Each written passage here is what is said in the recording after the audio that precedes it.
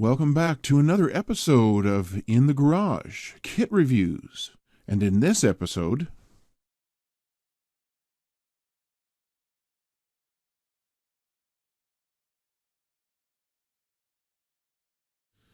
and following up on the heels of the SDKFZ 251 half track and the two variants, as well as the SDKFZ 222 Scout car, now, while I was waiting for parts for the 251, it's time for a kit update, and that is to do with the Storch. Also, there are lots of variants of this plane. As an ambulance, the kit carry a couple of stretchers, and basically also search and rescue. They did rescue in Africa. There was a whole Wüstenstaffel, which was a whole division of the Luftwaffe, which was all dedicated to these reconnaissance planes. So this kit is one of the first ones that I ever did over 2 years ago, and it was time for an update while I was waiting for parts for the 251. So I'm going to show you here the updates for this kit, as well as the other kit, which is the Wehrmacht version, which is right here. This version as well. I don't have this one built at the moment, but it has the same updates as this. And so just to go over some of the features and updates, one of the things I really wanted to do was always have a door on the side, which now there is one. So it's actually a working door. So flip the plane over around, now you can open up that door on the side and your guy can go in there. How about that? That's probably one of the biggest things I wanted to do, but I couldn't figure how to do it back then, but now I've made it work. So really happy about that. So some other kit updates in regards to the engine. It's kind of a little bit of a simulated engine that I did for this as well, just because now there's some parts that are just too expensive. That little prop that used to, or that Technic pin that was here, it was just the what is it? It fit into the into this this modified brick, but it was an axle pin. So, but those are hugely expensive and they're harder to find now.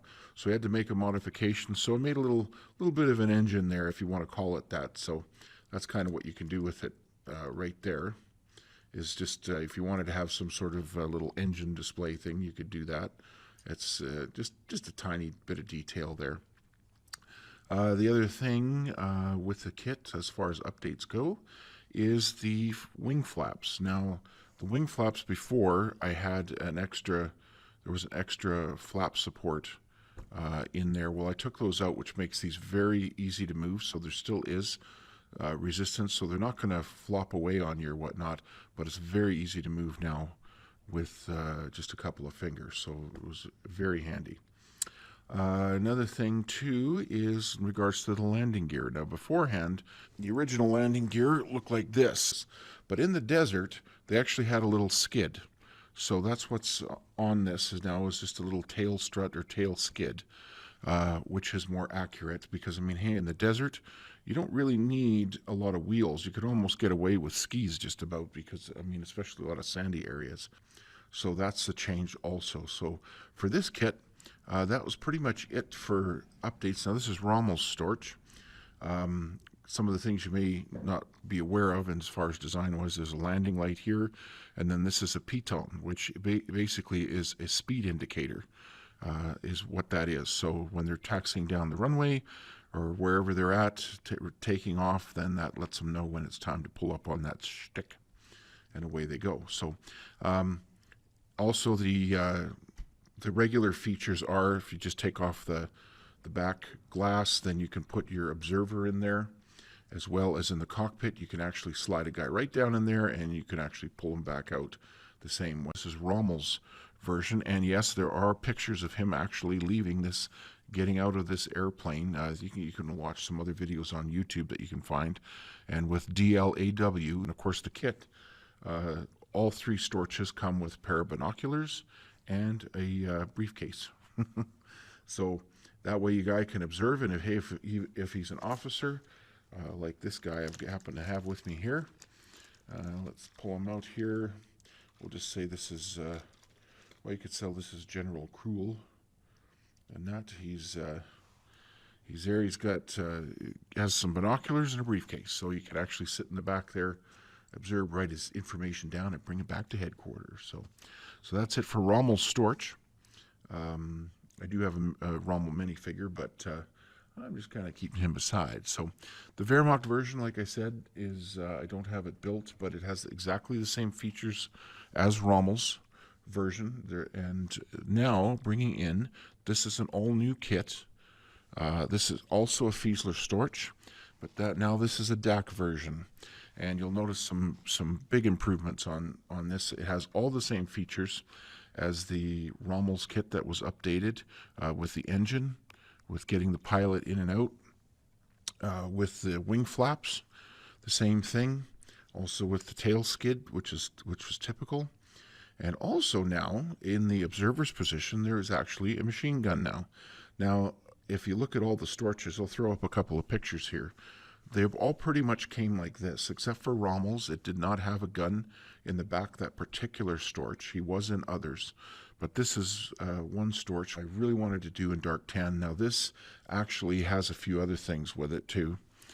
This emblem or logo, that is of the Staffel, that is the squadron and the unit designation in the Luftwaffe, and they had their little shield there. So I made sure that was in there. There's one on both sides. And that's, so it has that.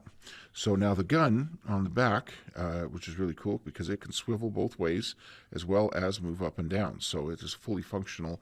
That's an MG34 that's in there. And when your guy gets back to the field, how are you going to get your guy in and out, you ask? Well, your pilot goes in the same way as the others, in and out.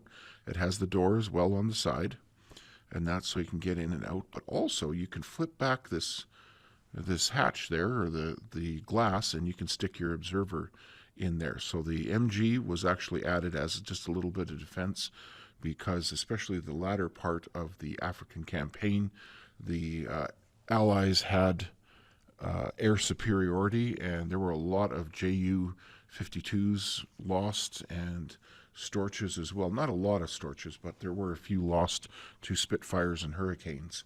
This is kind of funny because I found out, here's a couple pictures of this very model. This is the 5FYK.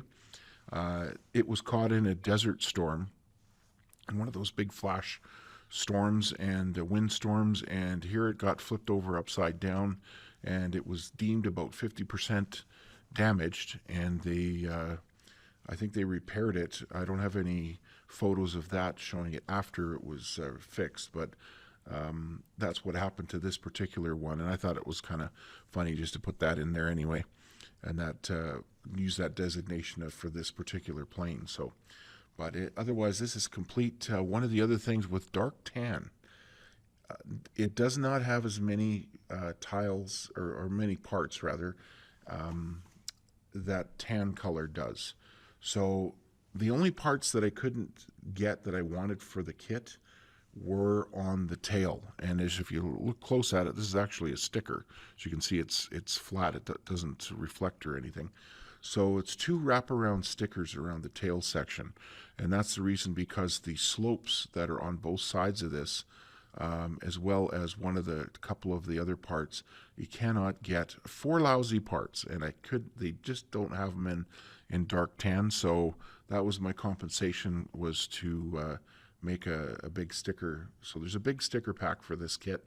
It has the usual stuff, of course, all the wing, the tail, the side fuselage, and of course the wing undersides, and the stickers that go on that in its entirety. So this turned out really awesome, this kit. So I'm really glad that I was waiting for parts while I was finishing the 251 to get the Storch updated and in a new color scheme. So this is new for 2020. There you have it. Don't forget, comment, like, and subscribe, and we will catch you next time.